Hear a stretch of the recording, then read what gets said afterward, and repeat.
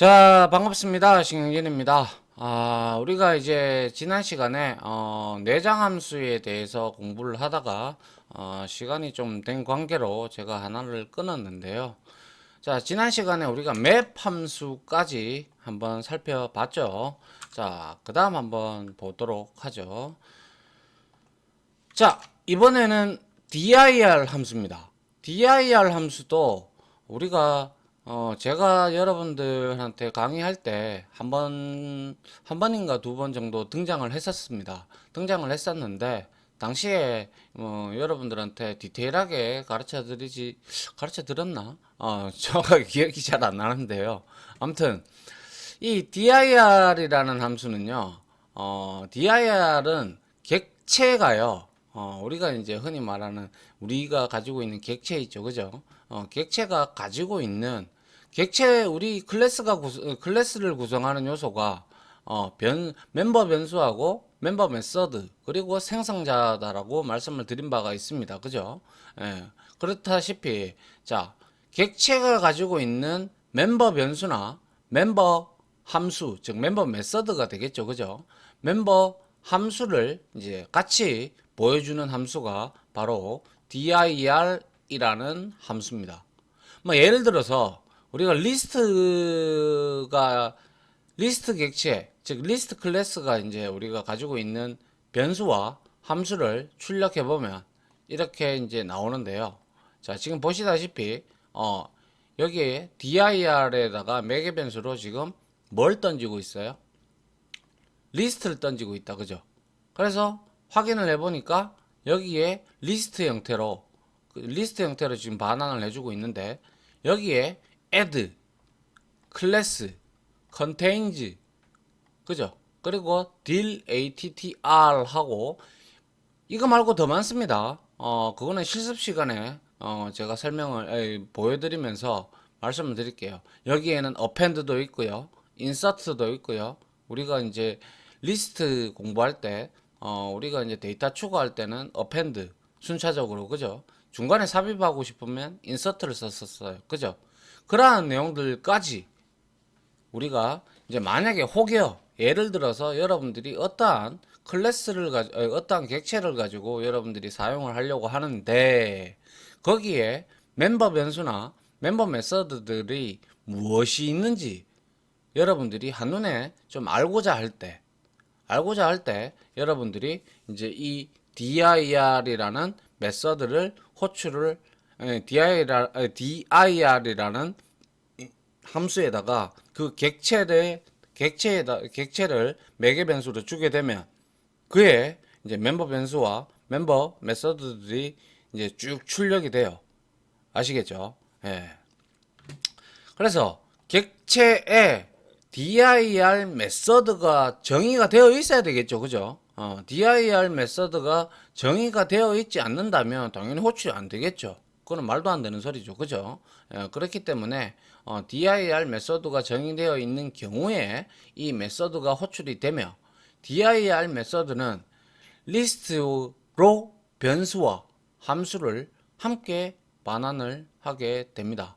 물론 지금 내용이 길어서 제가 이렇게 점점점으로 이렇게 해놨을 뿐이지 이 리스트에도 제법 많은 멤버 변수와 멤버 메서드가 이렇게 존재를 합니다.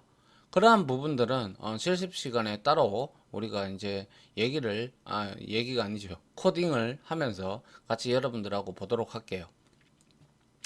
자, 그리고 자, 우리는 리스트 객체가 제공하는 append, 아까 말씀드렸다시피 append 그리고 count라는 함수도 있었죠, 그죠? count와 같은 함수를 볼 수가 있다. 파이썬이 내부적으로 사용하는 함수는 앞에 언더바 두 개가 붙습니다. 아시겠죠? 예. 파이썬이 내부적으로 사용하는 함수는 앞에 언더바가 붙는다라는 거예요. 요런 것처럼. 아시겠죠? 예. 요거를 여러분들이 기억을 해주시면 되고요. 그리고 자, dir 함수는 어떤 객체에서 사용할 수 있는 함수들이 혹은 변수들이 무엇인지 여러분들이 알고 싶을 때 유용하게 사용할 수가 있겠습니다. 뭐 예를 들어서 그게 있는데 철자가 기억이 안 나네 뭐 이런 경우가 있잖아요. 그죠? 예, 그럴 때 여러분들이 이 dir 함수를 사용을 하시면 여러분들한테 많은 편리함을 제공을 하지 않겠나라고 저는 개인적으로 생각을 하고, 저도 역시 많이 사용하기 때문에 여러분들도 정리를 좀 해 두시면 좋을 것 같습니다. 됐죠? 이게 이제 dir 함수입니다. 자, 그 다음 볼게요. 자, 이번에는 맥스하고 민인데 이거는 여러분들 많이 썼어요. 그죠? 자, 맥스 함수는 리스트나 튜플, 문자열에서 가장 큰 항목을 반환을 하죠. 이미 우리가 이제 이거는 해봤어요. 그죠? 예를 들어서 정수의 리스트에서 가장 큰 정수를 찾을 때 사용할 수 있다. 미는 가장 작은 정수를 반환을 하게 되어 있죠.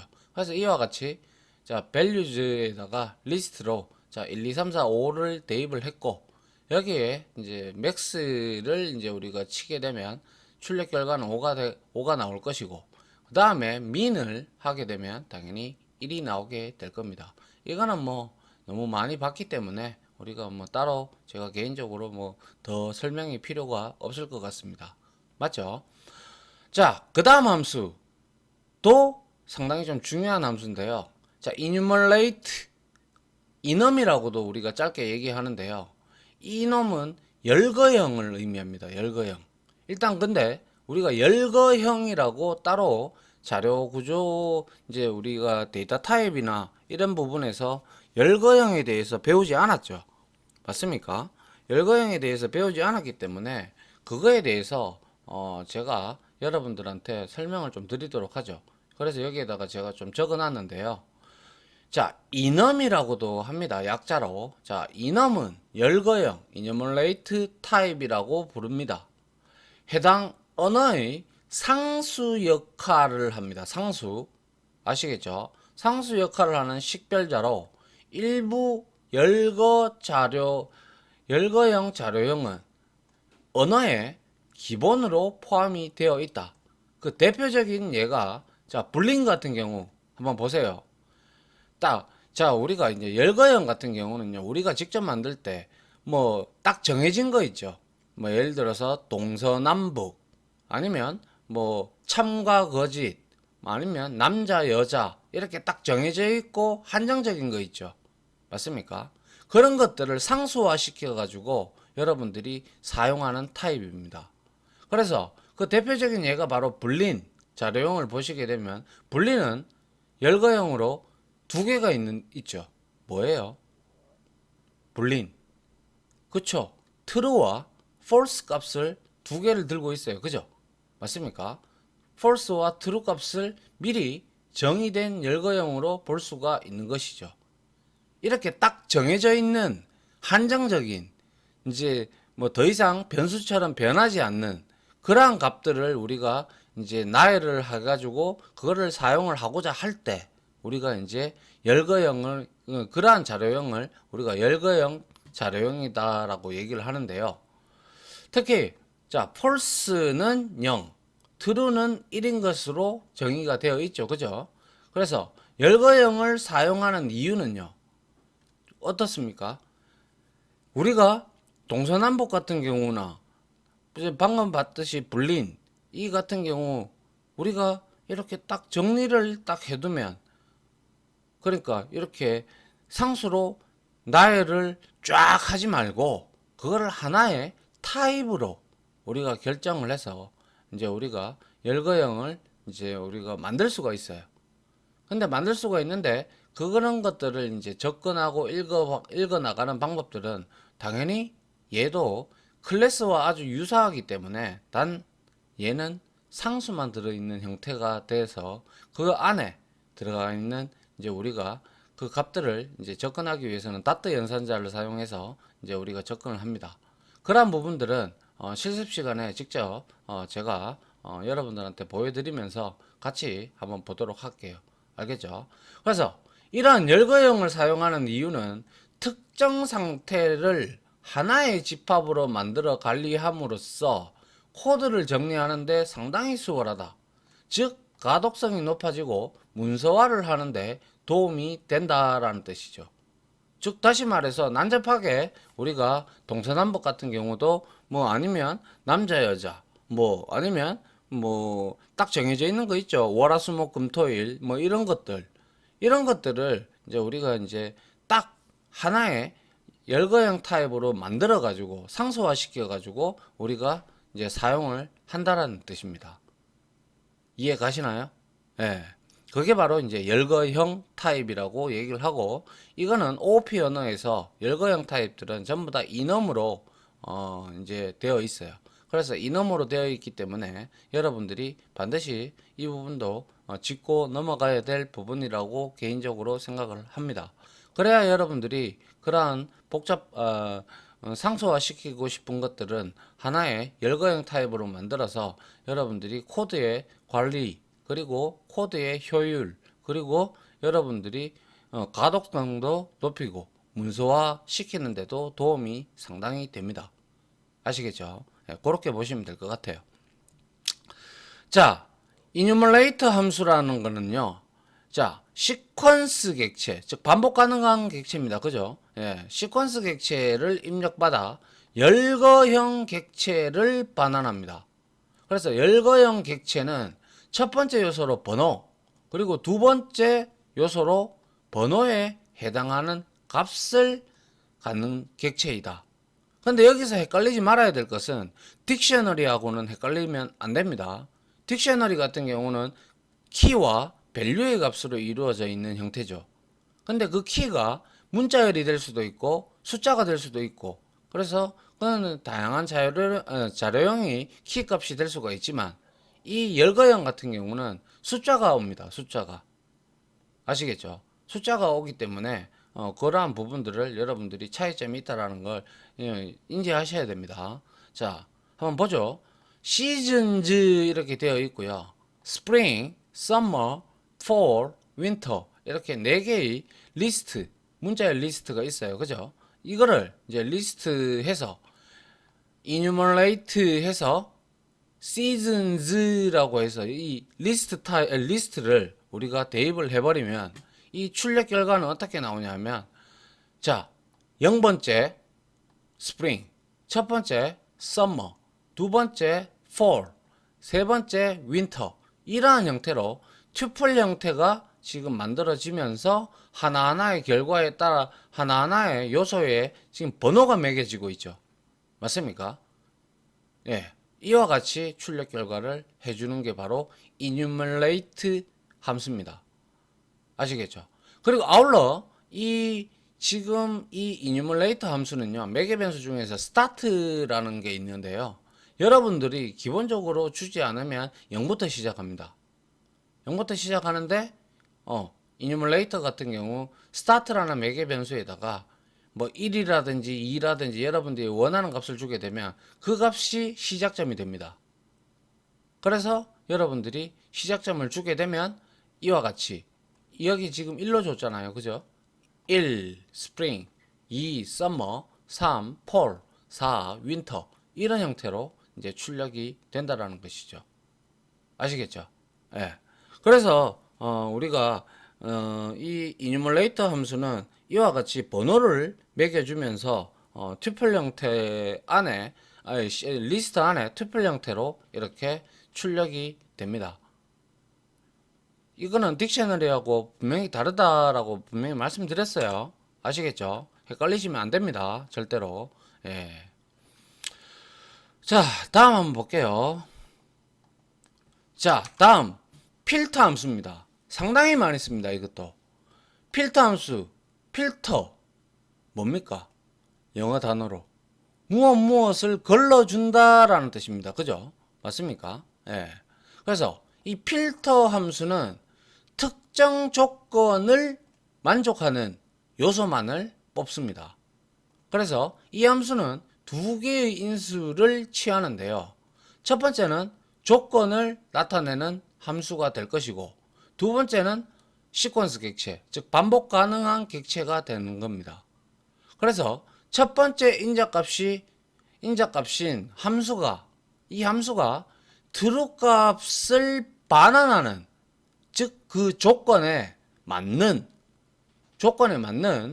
그러한 조건에 맞는, 즉 true가 되는 값만 이렇게 우리한테 리턴을 해준다라는 것이죠.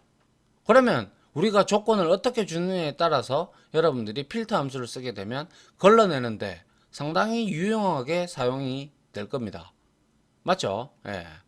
그래서 반환하는 요소들만 리스트의 형태로 반환을 하게 되는데요. 자, 여기에 코드를 한번 보시면, 자, my filter 하고 매개 변수를 하나 받고 있어요. 그죠? 맞습니까? 그리고 나서 얘가 return에서 x가, 매개 변수 들어온 x가 3보다 크면 true, 3보다 작으면 false가 리턴이 되겠죠. 그죠? 맞습니까? 그래서 필터하고 여기에다가 my filter, 이 함수 정의한 거를 여기다가 넣었어요. 이 함수는 조건을 리턴을 하고 있죠. 그래서 이 조건이 맞으면 참, 아니면 false를 리턴하게 되는데요. 그래서 여기에다가 튜플 형태로 지금 1, 2, 3, 4, 5, 6을 넣었어요. 그래서 첫 번째 1이 들어가니까 당연히 뭐예요? 1이 3보다 큽니까? 아니죠.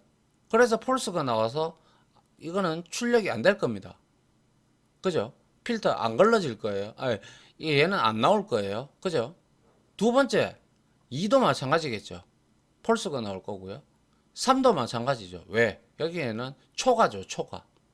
그래서 결과론적으로 4, 5, 6이 여러분들이 이제 요 부분을 실행을 하면 요거 1, 2, 3은 걸러지고 4, 5, 6에 이 조건이 true가 되는 4, 5, 6만 리턴이 되게 됩니다. 그래서 출력 결과가 이러한 형태로 나오게 되어 있다라는 것이죠.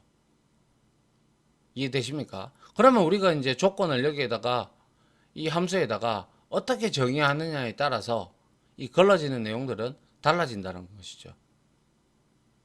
됐죠? 예. 뭐 그렇게 어렵지는 않잖아요. 그죠? 이 조건을 여러분들이 어떻게 주느냐에 따라서 이거를 걸러내지 않고 뭐 이런 것들을 여러분들이 직접 조건을 제시를 하면 된다라는 것입니다. 아시겠죠? 자, 그 다음에는 집 함수인데요. 마지막 함수가 될 것 같은데요. 집 함수는요, 이 집 함수는 한마디로 말해서 두 개의 리스트가 있어요.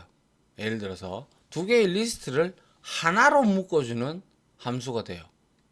즉 리스트를 이제 우리가 하나의 리스트로 만들어 준다라는 거예요. 두 개를. 그래서 아울러 집 함수가 가장 많이 사용되는 부분은 당연히 for 반복문이 될 겁니다. 일단 한번 보시죠. 자, numbers에다가 1, 2, 3, 4라는 리스트를 넣었어요. 그리고 s리스트에다가 1, 2, 3, 4라고 이렇게 문자열 리스트를 만들었죠. 그런데 이거를 우리가 리스트 형태로 만들고 그 다음에 집이라는 함수를 이용을 해서 여기에다가 리스트를 두 개를 넣어요. numbers 그리고 s리스트를 넣었어요. 넣으니까 이 두 개를 합친다 그랬잖아요. 그죠? 맞습니까? 합치니까 여기에 상응하는 0번째 있는 거끼리 이렇게 만들어진다는 것이죠. 그래서 이제 하나의 리스트를 이제 튜플 형태로 이제 갖는 그러한 리스트 형태를 취하게 만들어주는 게 바로 집 함수다. 이렇게 생각하시면 돼요. 단 여러분들이 간과해야 되지 말아야 할 사실 중에 하나가, 만약에 여기에 넘버즈에서 얘가 하나가 없고 얘는 3개고 얘는 4개예요. 예를 들어서 그러면 짝이 맞지 않아요. 맞습니까? 그래서 이럴 때는 이 짝이 맞을 1, 2, 3이라고 되어 있는 이 3개만 이 두 개가 이제 이 두 개의 리스트가 합쳐진다는 거예요. 즉 다시 말해서 1, 2, 3에 해당하는 것만 1, 2, 3 하고 이제 합쳐지고 나머지 4는 얘는 없으니까 이 4는 무시가 되어집니다. 아시겠죠? 예. 그것만 여러분들이 기억을 하시면 될 것 같네요. 그래서 이거 같은 경우는 이제 우리가 뭐 찝함수 같은 경우는 이와 같이 자 names 해서 김, 리, 박 이렇게 줬다면 우리가 squares를 199, 80 이렇게 줬다. 이렇게 되면 만약에 예를 들어서 우리가 성적 처리 프로그램을 짠다. 그러면 이 여기에서 찝함수를 이용할 수가 있겠죠. 예를 들어서 names를 우리가 이제 CSV 파일처럼 읽어드려서 0 컬럼에 있는 게 만약에 이름이라면 그걸 쫙 당겨와서 여러분들이 리스트로 만들어서 그 리스트와 그리고 해당하는 점수들 그죠? 이 점수 혹은 뭐 평균이 될 수도 있고 아니면 석차가 될 수도 있겠죠. 그러한 석차가 되어진다면 일단 그게 이제 다 계산이 되어진다는 가정 하에 말이죠.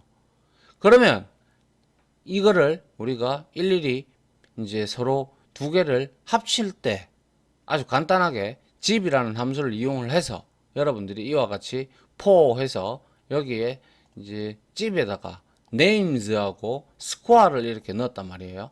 그러면 물론 다 맞아야 되겠죠. 이 개수가 얘가 5개라면 얘도 5개가 돼줘야 결과론적으로 출력이 되는데 짝이 맞아야 된다 이거죠. 그런데 만약에 성적 처리 프로그램에서 당연히 뭐 물론 디폴트 값을 우리가 만들어서 줘도 되겠죠. 맞습니까? 그래 줘도 되는데 중요한 것은 일단은 웬만하면 개수는 맞춰서 여러분들이 해주면 그에 해당하는 데이터에 대해서 누락이 없이 여러분들이 하나하나 이렇게 만들어서 매칭을 시킬 수가 있게 되는 것이죠. 이와 같이. 그러면 여기에 이름이 나오고 여기에 만약에 석차가 나올 수도 있고 아니면 여기에 뭐 영어 점수가 나올 수도 있고 수학 점수가 나올 수도 있고 이렇게 되는 것이죠. 맞습니까? 예, 별로 그렇게 어렵지는 않죠. 그죠? 예, 이게 바로 집 함수가 되겠습니다. 자, 이렇게 해서 내장 함수에 대해서 69개가 있다라고 말씀을 드렸죠. 그죠? 그런 것들을 일일이 다 설명을 드리기에는 좀 그렇고요. 일단은 중요한 것 위주로 한 13개 정도를 살펴봤는데 여러분들이 가장 많이 쓰는 것들 특히 필터 많이 씁니다. 그리고 찝도 쓰고요. 그 다음에 이뉴멀레이터 많이 씁니다. 맥스미는 당연한 말도 말할 것도 없죠. 그 다음에 dir 함수 아시겠죠? 그죠? 요거 다시 한 번 더 정리를 해 주시면 될 것 같고요. 그 다음에 뭐 리스트 함수 말고 리스트 함수는 뭐 잘 아시고 그 다음에 맵 함수 이거는 우리가 아까 지난 시간에 설명을 드렸다시피 뭡니까? 얘는 모든 항목에 대해서 함수를 똑같이 일일이 적용을 시킨다는 것이죠. 상당히 편리한 함수입니다. 그래서 이것도 역시 많이 사용을 하니까 기억을 하자라고 말씀을 드린 바 있습니다. 그죠? 그 다음에 뭐 sum이라든지 lang이라든지 이런 것들은 이제 보시면 알죠. 그죠? 예, 우리가 이제 썼기 때문에 그죠? 그리고 이발함수 상당히 많이 쓴다라고 지난 시간에 강조드렸습니다. 수식 분석해서 뭡니까? 수식을 분석을 해서 그 결과를 돌려주는 거죠. 그 다음에 any 함수 OR 개념이라고 있습니다. 그리고 바이너리 이 바이너리 빈 함수는 뭐 10진수를 2진수로 결과를 바꾼다 라고 말씀드린 바 있고요. ABS 뭐 말할 필요도 없이 다 알고 계시고요. all 얘는 and와 같은 그러한 형태를 지닌다라고 말씀을 드린 바 있습니다. 됐나요? 자 이렇게 해서요 내장 함수에 대해서 다 한번 살펴봤고요. 자 다음 시간에는 이 내장 함수들에 대한 실습을 하고요. 그 다음에 내장 함수에 대해서 이제 뭐 문제라든지 뭐 이런 것들을 풀 때 어떻게 과연 응용이 돼서 나오는지 그에 대해서 여러분들하고 직접 실습을 통해서 확인을 해 보도록 할게요. 아시겠죠? 자, 아무튼 여기까지 내장 함수는 마치고요. 다음 시간에는 실습으로 찾아오도록 할게요. 자, 아무튼 지금까지 강의 들어주신다고 수고하셨고요. 저는 다음 실습 시간으로 찾아오도록 하겠습니다. 자, 다들 강의 들어주신다고 고생하셨습니다. 감사합니다.